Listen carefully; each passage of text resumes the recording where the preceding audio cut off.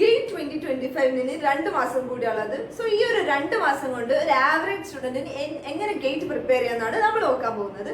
So ഗേറ്റിന്റെ date വന്നിട്ടുള്ളത് February 1st, 2nd and 15th and 16th ആണ് വന്നിട്ടുള്ളത്. ആൻഡ് ഈ ഒരു ഡേറ്റിന്റെ ഉള്ളിൽ അല്ലെങ്കിൽ ഈ ഒരു ടൈം ഗ്യാപ്പിന്റെ ഉള്ളിൽ നമുക്ക് എങ്ങനെ പ്രിപ്പയർ ചെയ്യാമെന്നാണ് നോക്കുന്നത്. ആൻഡ് ഈ വർഷം ഗേറ്റ് 2025 ഓർഗനൈസ് ചെയ്യുന്നത് IIT റൂർക്കിയാണ്. സോ ബിഫോർ സ്റ്റഡിങ് നമ്മൾ നോക്കേണ്ടത് നമുക്ക് അതിലൊരു പ്ലാനിങ് ഉണ്ടായിരിക്കും. സോ പ്ലാൻ ചെയ്യുന്നതിന്റെ മുന്നേ തന്നെ ഏതൊക്കെയാണ് സിലബസ് എന്നറിയണം. നിങ്ങൾക്കറിയോ ഏതൊക്കെയാണ് നിങ്ങൾക്ക് പഠിക്കാനുള്ള സിലബസ് എന്ന്? സോ അതറിയണമെങ്കിൽ ഗേറ്റിന്റെ വെബ്സൈറ്റിൽ പോയാൽ IIT റൂർക്കി ഗേറ്റിന്റെ സിലബസ് പബ്ലിഷ് ചെയ്തിട്ടുണ്ട്. സോ ഏതൊക്കെ പഠിക്കണം ഏതൊക്കെ പഠിക്കേണ്ട അതൊക്കെ ഗേറ്റിന്റെ സിലബസിലുണ്ട്. സോ അത് വെച്ചിട്ട് ആദ്യം നിങ്ങൾ ഏതൊക്കെയാണ് സിലബസ് എന്ന് നോട്ട് ചെയ്ത് വെക്കുക.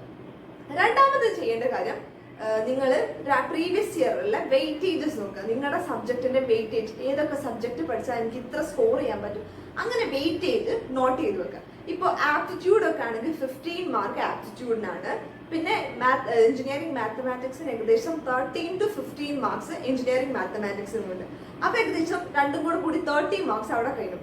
ബാക്കി 70 മാർക്സ് ആണ് നമ്മുടെ ഡിപ്പാർട്ട്മെന്റ് വൈസിലുള്ള മാർക്സ് വരുന്നത്. സോ അത് വെച്ചിട്ട് നമുക്ക് ഏത് സബ്ജക്ട് നന്നായിട്ട് പഠിക്കണം ഏത് സബ്ജക്ട് കുറച്ച് പഠിച്ചാൽ മതി അങ്ങനെ നമുക്ക് സെറ്റ് ആക്കാം. സോ എനിക്ക് പഠിക്കാനുള്ളത് സിവിൽ എഞ്ചിനീയറിംഗ് ആണ്. അപ്പൊ സിവിൽ എഞ്ചിനീയറിംഗിന്റെ എക്സാം ഡേറ്റ് വന്നിട്ടുള്ളത് 16th February ആണ്. അപ്പൊ ഏകദേശം എനിക്ക് 70 ഡേയ്സ് ഉണ്ട്. ഈ 70 ഡേയ്സിന്റെ ഉള്ളിൽ ഈ സബ്ജക്ട്സ് ഒക്കെ എങ്ങനെ പഠിച്ചു തീർക്കാന്നാണ് നോക്കുന്നത്. സോ എനിക്ക് ഞാൻ നോക്കിയിട്ടുള്ളതിൽ സ്ട്രക്ചറൽ എഞ്ചിനീയറിംഗിനും ജിയോ ടെക്നിക്കൽ എഞ്ചിനീയറിംഗിനും ട്രാൻസ്പോർട്ടേഷനും അത്യാവശ്യം വെയിറ്റേജ് ഉണ്ട്. ബാക്കി സബ്ജക്റ്റിനൊന്നും അത്ര വെയിറ്റേജ് ഇല്ലെങ്കിലും ഈ 3 സബ്ജക്റ്റ് നന്നായിട്ട് അറിഞ്ഞിരിക്കണം. സോ ഈ 3 സബ്ജക്റ്റിന് നന്നായിട്ട് സെറ്റ് ആക്കണം. അതുപോലെ എഞ്ചിനീയറിംഗ് മാത്സ് കയ്യിൽ നിന്ന് പോയിട്ടുണ്ട്. അതായത് ഇപ്പോൾ 4th ഇയർ ആയിട്ടുണ്ട്. അപ്പൊ ബാക്കി 2nd ഇയർ വരെയാണ് മാത്സ് പഠിച്ചിട്ടുള്ളത്. അപ്പൊ മാത്സിനായിട്ടുള്ള ടച്ച് വിട്ടിട്ടുണ്ട്. അപ്പൊ മാത്സ് ഒന്ന് സെറ്റ് ആക്കാനുണ്ട്. ആപ്റ്റിറ്റ്യൂഡും അതുപോലെ സെറ്റ് ആക്കും. സോ എന്താ ചെയ്യുന്നതെന്ന് വെച്ചാൽ ഡെയിലി ഒരു 10 ക്വസ്റ്റ്യൻസ് ആപ്റ്റിറ്റ്യൂഡും പിന്നെ ഏകദേശം ഒരു മൊഡ്യൂൾ എങ്കിലും അല്ലെങ്കിൽ ഒരു വീഡിയോ എങ്കിലും എന്ത് കാണണം മാത്സിൻ്റെത് കാണണം. ബാക്കി സബ്ജക്റ്റും കാണണം. സോ ഞാൻ സെൽഫ് സ്റ്റഡി ആണ് ചൂസ് ചെയ്യുന്നത്. സോ ഞാൻ എന്താ ചെയ്യുന്നത് വെച്ചാൽ യൂട്യൂബിൽ പോയിട്ട് ഏത് സബ്ജക്റ്റ് ആണോ എനിക്ക് പഠിക്കേണ്ടത് അതിന്റെ subject like engineering mathematics civil engineering English 2025 എന്നായിരിക്കുമ്പോൾ നല്ല ഇൻസ്റ്റിറ്റ്യൂട്ട്സിന്റെ മാത്സ് വരും. സോ അതിന് എനിക്ക് ഏതാണോ ഇഷ്ടപ്പെട്ടത് അത് വെച്ചിട്ട് ഞാൻ നോട്ട്സ് ഉണ്ടാക്കി അത് വെച്ചിട്ട് പ്രോബ്ലംസ് ചെയ്യാനാണ് വിചാരിക്കുന്നത്. അതുപോലെ തന്നെ ഞാൻ ഒരു ഇക്വേഷൻ ബുക്ക് വാങ്ങിയിട്ടുണ്ട്. വൺസിന്റെ ഇക്വേഷൻ ബുക്കും കൂടെ വാങ്ങിയിട്ടുണ്ട് ഈ ഗേറ്റിന് പ്രിപ്പയർ ചെയ്യാൻ വേണ്ടിയിട്ട്. സോ ആ ഇക്വേഷൻ ബുക്ക് ഉള്ളതുകൊണ്ട് തന്നെ കുറെ ഇക്വേഷൻസ് ഒക്കെ അതിൽ തന്നെ സെറ്റ് ആക്കി പഠിക്കാൻ പറ്റുന്നതാണ്.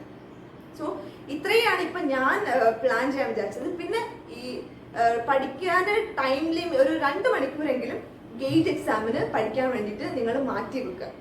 അപ്പൊ പിന്നെ അതുപോലെ തന്നെ നിങ്ങൾ ഗേറ്റിന്റെ മോക്ക് ടെസ്റ്റ് എഴുതണം. വീക്കിലി ഒരു മോക്ക് ടെസ്റ്റ് എങ്കിലും എഴുതാൻ മാക്സിമം ശ്രമിക്കുക.